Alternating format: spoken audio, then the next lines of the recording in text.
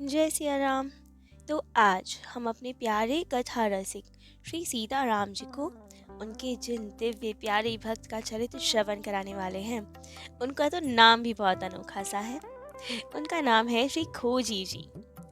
जी, खोजी जी नाम ही इतना अनोखा है, ऐसा लगता है किसी साइंटिस्ट का नाम हो, लेकिन गुरुदेव द्वारा प्रदत्त नाम है ये खोजी जी। असल में इनका नाम तो गुरुदेव ने कुछ और रखा था। नाम रखा गया था चतुरदास जी, लेकिन जीवन में एक ऐसी घटना घटी कि गुरुदेव ने स्वयं इनका नाम चतुरदास जी से बदलकर खोजी जी कहने लगे और वही खोजी जी नाम ही इनका प्रसिद्ध हो गया। तो हुआ कुछ यूं, एक समय की बात, इनके गुरुदेव का एक बहुत ही सुंदर बड़ा सा आश्रम था जिसमें एक बहुत ही विशाल पीपल का वृक्ष था। अब जितने भी सेवक शिष्य आदि होते थे वे वृक्ष के नीचे झाड़ू बुहारी लगाकर फल पत्र जितने भी होते थे वे एक कोने में कर दिया करते थे। एक समय गुरुदेव वहीं पे लघु शंका करने गए जहाँ पे वो कूड़ा फल पत्र आदि बिखरे हुए थे, इकट्ठे किए गए थे। और खोजी जी चतुरदास जी वहीं दूर खड़े हुए थे, हाथ में जल का पात्र लिए कि गुरुदेव लघु शंका करके आएंगे तो उनके हाथ उनके चरण धुलवाने के लिए तैयार थे वे। तो अब जब गुरुदेव लघु शंका करके आए तो खोजी जी ने पाया कि गुरुदेव कुछ मुस्कुरा रहे हैं, हंस रहे हैं। तब तो हृदय में बड़ी इच्छा जानने की कि ऐसा क्या हुआ जो गुरुदेव मुस्कुरा रहे हैं। भला वहाँ पे कुछ है नहीं, गुरुदेव तो लघु शंका करने गए थे, तो वहाँ ऐसा क्या हुआ जो गुरुदेव हंस रही हैं। तो बड़ी जिज्ञासा हुई जानने की, तो सहज भाव से ही पूछ बैठे, जय जय आप हंस क्यों रहे हैं। लेकिन इनके गुरुदेव जाने कौन सी लीला में थे। गुरुदेव जो भी कुछ करे अपने शिष्य के उत्कर्ष के लिए ही करते हैं। तो बस गुरुदेव इसी बात पे क्रोधित हो गए, या कहीं क्रोधित होने का नाटक किया, स्वांग किया और कह दिया, अरे कैसे शिष्य हो तुम जो अपने गुरुदेव के मन की बात भी नहीं जान सकते, गुरुदेव के मन की बात ही नहीं जान सकते, उनका मनोभाव ही नहीं जान सकते, तो सेवा क्या करोगे तुम भला। असल में गुरुदेव अपने हर शिष्य को जानते हैं, पहचानते हैं। तो गुरुदेव के अकॉर्डिंग चतुरदास जी ऐसे उच्च श्रेणी के शिष्य थे कि गुरुदेव को लगता था कि इन्हें तो हमारे हृदय की बात जानना चाहिए। साधन जितना उच्च करते जाएंगे, जितने उच्च श्रेणी में जाते जाएंगे, तो गुरुदेव का असर इतना तो होगा, गुरुदेव की हृदय की बात जानने लग जाएंगे, जैसे कि नाभा जी ने अपने गुरुदेव की बात जानी। तो इसीलिए ही गुरुदेव को लगता था कि ये तो इतने उच्च श्रेणी के साधक हैं, शिष्य हैं, तो हमारे हृदय की बात जानना चाहिए इन्हें। और यदि नहीं भी जानते तो अब इन्हें अपने साधन को एक लेवल और ऊपर ले जाने की आवश्यकता है। इसीलिए ही गुरुदेव ने क्रोध किया, जिससे कि इनका साधन और उच्च हो पाए। तो अब गुरुदेव ने कह दिया कि यदि तुम हमारे मनोभाव ही नहीं जान पा रहे, हमारे हृदय की बात ही नहीं जान सकते, तो सेवा क्या करोगे हमारी। निकल जाओ यहाँ से, हम तुम्हें अपनी सेवा से हटाते हैं। जब तक अब हमारे हृदय की बात ना जान लो, जब तक ये पता ना लगा लो कि हम लघु शंका करते हुए हंस क्यों रहे थे, तब तक यहाँ वापस मत आना, तब तक तुम्हें कोई सेवा का अधिकार नहीं दिया जाएगा।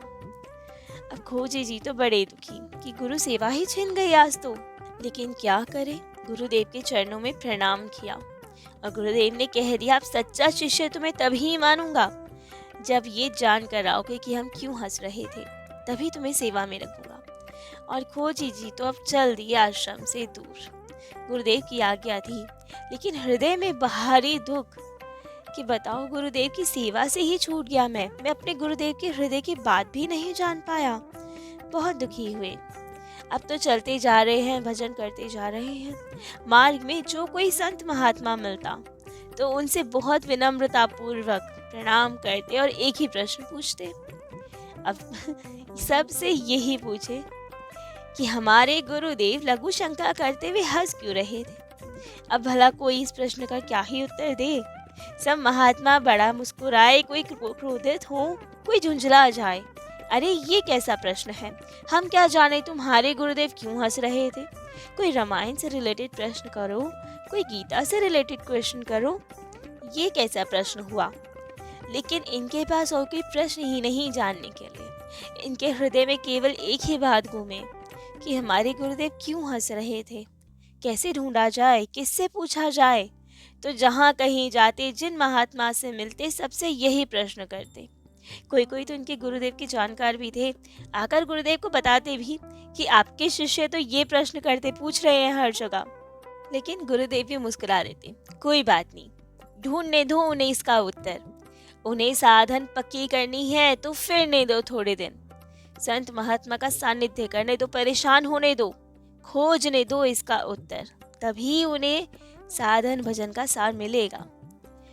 तो अब खोजे जी तो ढूंढते जाए, परेशान हो रहे हैं कि कैसे मिलेगा उत्तर। बहुत हताश हो गए, एक बार तो सोचने लगे कि क्या करें हम।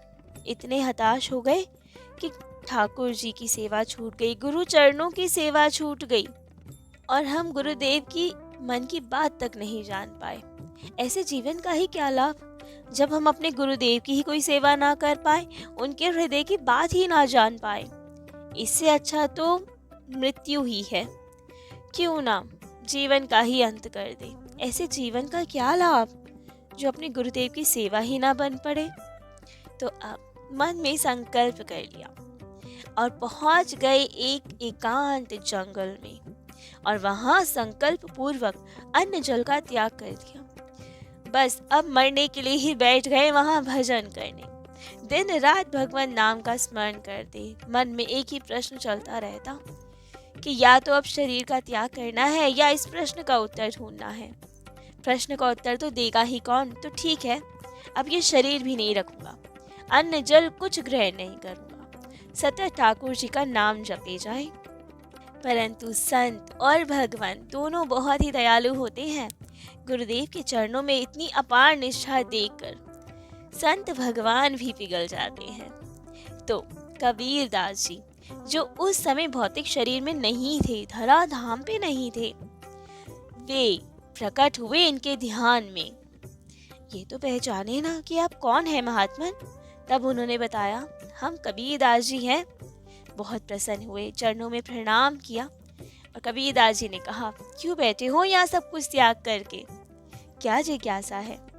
अब ये रोते हुए एक ही बात कही कि हमारे गुरुदेव वे क्यों हंस रहे थे, लघु शंका करते हुए। हमें बस यही प्रश्न का उत्तर चाहिए, बिना इसके तो जीवन संभालना भारी है अब हमारा, क्योंकि गुरु चरणों की सेवा छूट जाएगी। कृपा करिए, इसी का समाधान दीजिए हमें। तब तो कबीर दास जी मुस्कुराए और कहा, इसी का समाधान देने आपके पास आए हैं। और तब बताया, कहा, जब आपके गुरुदेव लघु शंका कर रहे थे, उसी की धार में पीपल के फल, बीज आदि बहते चले गए, और इनके मन में विचार आया कि देखो, पीपल का वृक्ष तो कितना सुथिर खड़ा हुआ है, और उसके बीज कैसे मलमूत्र में बहे जा रहे हैं। ऐसे ही हम जीव हैं। भ्रम सदा एक सुथिर रहता है, कितना दृढ़ रहता है, कितना विशाल होता है भ्रम। लेकिन हम जीव उसी परमात्मा की संतान हैं, लेकिन मलमूत्र के भान में पड़े हुए हैं, विषयों में आसक्त हैं। जब तक बीज वृक्ष से जुड़ा हुआ था, तब तक कितनी शान से इठला के पेड़ पे चढ़ा हुआ था, कितना सुंदर दिखता था। लेकिन पेड़ से अलग होते ही वे यहाँ मलमूत्र की नाली में आ गिरा। और ऐसे ही जीव है, जब से ठाकुर जी से विमुख हुआ है, तब से संसार के भव सागर में भटकता ही जा रहा है। जब तक जीव ठाकुर जी से जुड़ा रहता है, तब तक ही सुंदर लगता है, तब तक ही सुखी रहता है। इतना सुख मिलता है उसे ठाकुर जी की शरण में कि कोई वर्णन नहीं किया जा सकता। लेकिन विमुख होते ही सब कुछ नष्ट हो जाता है, इस संसार के दुखों को भोगना पड़ता है उसे। जीव जपते हरिते बिलगानु, तपते देह गेह निज जानो, माया बस स्वरूप बिसरायो, तेहि भ्रमते दारुण दुख पायो। तो कबीर दास जी ने बताया, आपके गुरुदेव यही सब विचार कर रहे थे कि जैसे बीज में वृक्ष तथा वृक्ष में बीज समाया हुआ है, उसी तरह परमात्मा में सब संसार और संसार में परमात्मा ओतप्रोत है। इसी एक साधारण प्रसंग से आपके गुरुदेव ने इतनी भारी शिक्षा ग्रहण की और जीवों की यही दुर्दशा गति देके मुस्कुराने लगे कि कैसे विमुख लोग हैं, ठाकुर जी से ही दूर होके मलमूत्र में पड़े हुए हैं, इसीलिए मुस्कुरा रहे थे आपके गुरुदेव। अब ये सब समाधान सुन के तो खोजी जी बहुत प्रसन्न हुए। उन्होंने कहा, विटप बीज के बीच में अटक गया मन धीर, खोजी का संशय मिटा सतगुरु मिले कबीर। अब कबीरदास जी तो सब ये रहस्य बता के अंतर ध्यान, और खोजी जी आए अपने गुरुदेव के पास और उन्हें ये सब वृत्तांत सुनाया। अब गुरुदेव तो बहुत ही प्रसन्न खोजी जी को अपने हृदय से लगाया और कहा, तुमने मेरे मन का भाव खोज निकाला, मेरे हंसने का कारण खोज निकाला। तुम तो बड़े खोजी मालूम होते हो, तो आज से तुम्हारा नाम खोजी जी, और यही नाम अब इनका प्रसिद्ध हुआ। और ये नाम इन्होंने एक और किस्से से सार्थक भी किया, चरितार्थ करके दिखाया। एक समय के बाद अब ये अपने गुरुदेव की तो समस्त सेवा आदि करते, खूब प्रसन्न मन से नाम प्रचार करते। एक समय नाम प्रचार हेतु आश्रम से कहीं दूर गए हुए थे, लेकिन आश्रम में अब गुरुदेव विराजत, और अब उनका आया अंतिम समय। गुरुदेव ने कुछ समय पहले ही आश्रम में एक बहुत बड़ा घंटा टंगवा दिया था। सभी शिष्यों को कुछ शिक्षा देना चाहते थे, तो उन्होंने सब शिष्यों को बुलाया और कहा कि हमारा अंतिम समय निकट है, और जब हमारा शरीर छूट जाएगा और हमें ठाकुर जी की प्राप्ति हो जाएगी, उनसे जब हम मिल जाएंगे, तब ये घंटा स्वतः ही बज उठेगा।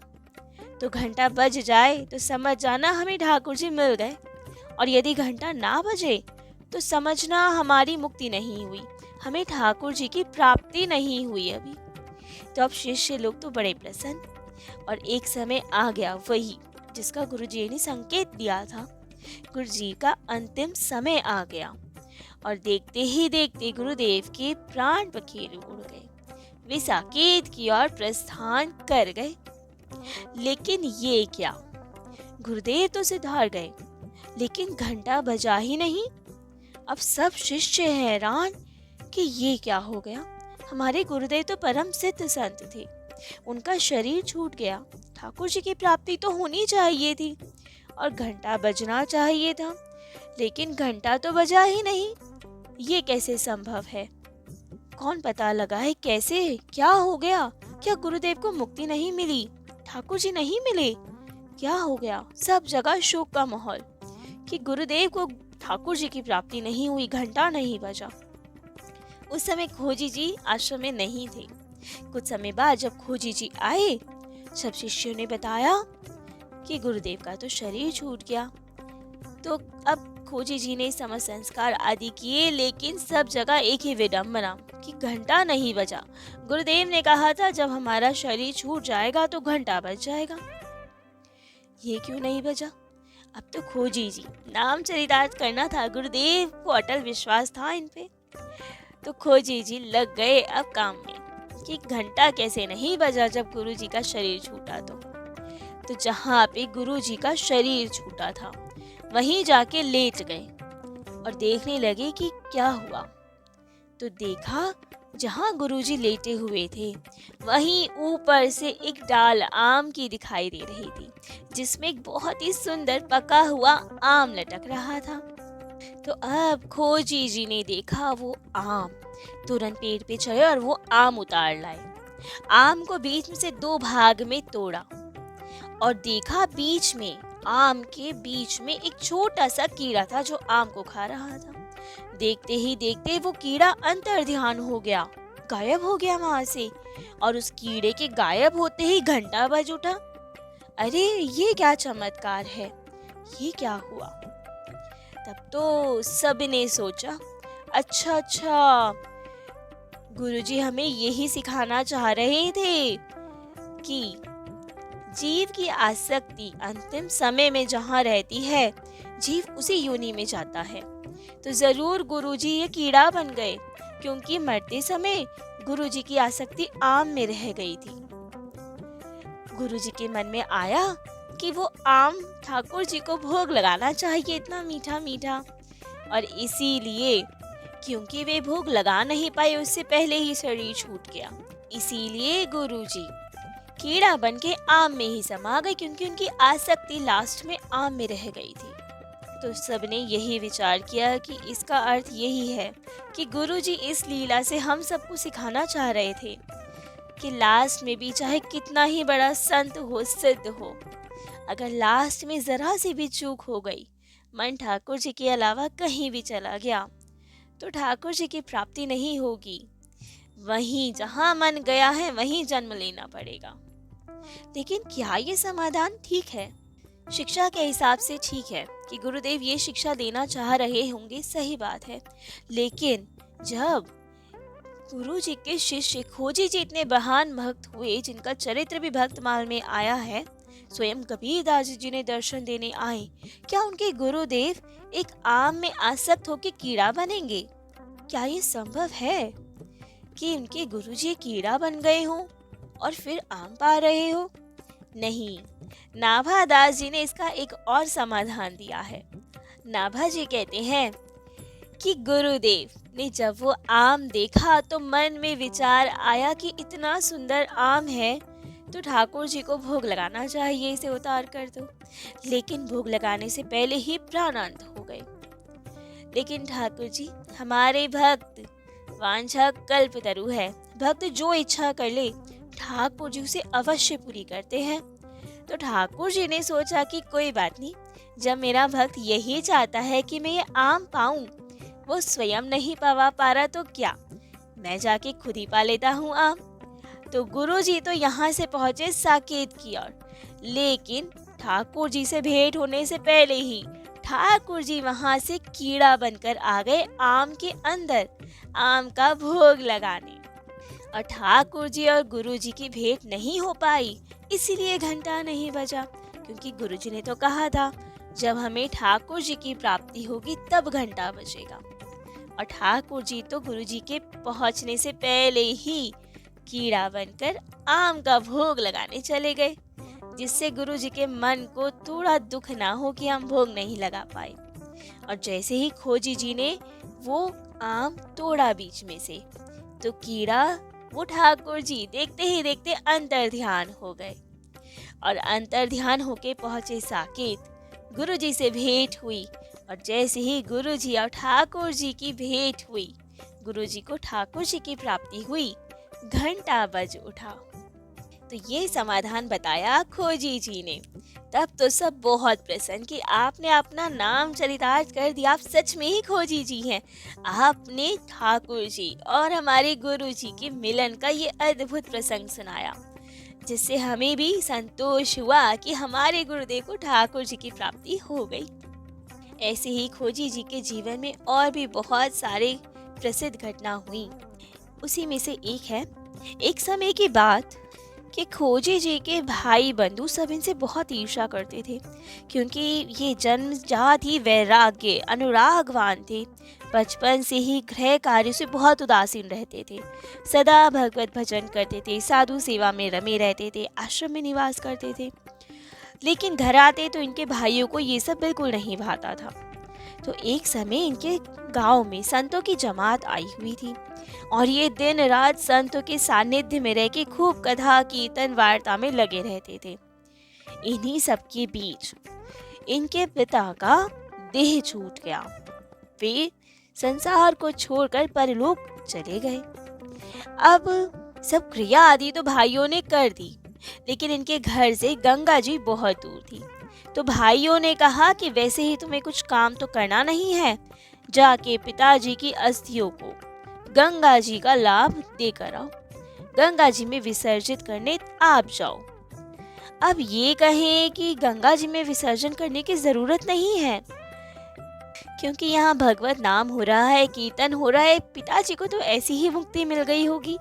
लेकिन भाई अड़ गए, नहीं नहीं, गंगा जी बहुत दूर है ना, कष्ट होगा तुम्हें जाने में, इसलिए बहाने बना रहे हो। पितृ ऋण से मुक्ति नहीं मिलती जब तक गंगा जी में विसर्जित ना किया जाए। लेकिन ये समझाए सबको। चतुरदास बोले सुनो भाई, श्री हरि नाम सदा सुखदाई, जब हरि भजन हरि नाम उचारे, आप तरे और अनको तारे। घूमत भगत नाम मुख बोले, तीरथ गंगा पाछे डोले। तो ये एक ही बात कहें, जब हरि नाम चल रहा है तो वो तो सबको तारने वाला है, गंगा मैया तो स्वयं पीछे पीछे आएंगी। लेकिन कोई न माने, सबने कहा नहीं, आपको जाना ही है, ये वाला कार्य आपको ही करना है। जाके पिताजी की अस्थियों को, फूल को गंगा जी में विसर्जित करके आओ। अब तो ठीक है, संतों ने भी समझाया कि झगड़ा मत करो, हम यही हैं, इंतज़ार करेंगे आपका। आप जाइए और पिताजी की अस्थियों को गंगा जी में विसर्जित कर दीजिए। अब ये चल दिए वहाँ से, और जाते जाते रास्ते में, अभी तो थोड़ा ही दूर चले थे, देखा सामने से बहुत सारी सुंदर दिव्य देवियाँ आ रही हैं। ये अपना हरि नाम हरि भजन करते हुए जा रहे, और सब देवियां इनके समीप आ रही। सबके पास स्वर्ण कलश थे जो उन्होंने शीश पे धरे हुए थे। अब सब देवियां आई और इनके पास रुक गई। अब इन्होंने पूछा कि देवियों, आप कौन हैं? सभी देवियों ने इन्हें प्रणाम किया और कहा, भक्तवर आप कहाँ जा रहे हैं? तब तो खोजी जी ने बताया कि मेरे पिताजी की अस्थियों को गंगा जी में प्रवाहित करने जा रहा हूँ। तब तो उन देवियों ने कहा, हम ही तो वो पवित्र नदियाँ हैं। कोई गंगा जी थी, कोई जमुना जी थी, सरस्वती जी थी, नर्मदा जी थी, कावेरी थी। सभी पवित्र नदियाँ वहाँ उस समय साक्षात स्वरूप में खोजी जी के समक्ष थी। सब ने कहा, आपको कहीं जाने की आवश्यकता नहीं है, आप तो ठाकुर जी का भजन कीजिए। वहीं उस समय एक बड़ा सा गड्ढा खोदा गया, कुंड बनाया गया। सभी देवियों ने अपने वो जल पात्र उसमें डाले, और सभी तीर्थों के जल में खोजी जी ने अपने पिता की अस्थियों का विसर्जन किया, स्वयं वहां स्नान किया। और जिसे भाइयों को विश्वास हो जाए, एक कलश जल उन सभी तीर्थों का लेकर घर की ओर आ गए। अब घर पर आए तो भाई तो बहुत गुस्सा, अरे तुमने कहाँ विसर्जन कर दिया पिता की अस्थियों का? इतनी जल्दी तो नहीं आ सकते गंगा जी से, कहाँ किया, क्या किया तुमने? इन्होंने समझाया कि सभी तीर्थ की देवियां, सभी नदियां आ गई थी रास्ते में, सभी में विसर्जन हुआ है हमारे पिता की अस्थियों को, उनको मुक्ति प्राप्त हुई है। लेकिन कोई भाई माने ही ना। तब तो इन्होंने वो कलश दिखाया जल से भरा हुआ, लेकिन फिर भी कोई ना माने। तब तो इन्होंने अपने पिता का ही आवाहन किया कि हे पिताजी, आपको कष्ट तो दे रहे हैं, लेकिन भाइयों को विश्वास नहीं हो रहा, हम क्या करें? तब तो इनके पिता दिव्य देह से वहां प्रकट हुए और उनको बताया कि उन्हें सदगति मिली है, ठाकुर जी के सानिध्य में पहुंच गए हैं वे। तब तो सब भाइयों को विवश होना ही पड़ा इनकी बात मानने के लिए। सब ने इनका बहुत सम्मान किया। प्रत्यक्ष प्रमाण देकर अब सब संत भगवंत की सेवा में लग गए, भजन में लग गए ठाकुर जी के, और खोजी जी समस्त संसार को अद्भुत उपदेश देने लगे। खोजी खोयो खाक में अनुपम जीवन रत्न, कीनो मूरख क्यों नहीं राम मिलन को यत्न। खोजी खोजत जग मुआ, लगा न कुछ भी हाथ, तज के जग जंजाल को भजो सीता रघुनाथ। खोजे खटपट छोड़ के प्रभु पद में मन जोड़, काम न देगी अंत में पूंजी लाख करोड़। खोजी कहे पुकार के ऊंचो वैष्णव धर्म, पटतर या के होय के मी यज्ञादि सत्कर।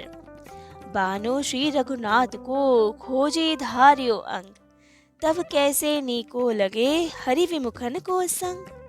खोजी ताल बजाए के सुमिरो श्री रघुवीर, जिनकी कृपा कटाक्ष ते छूट जाए भव भीर।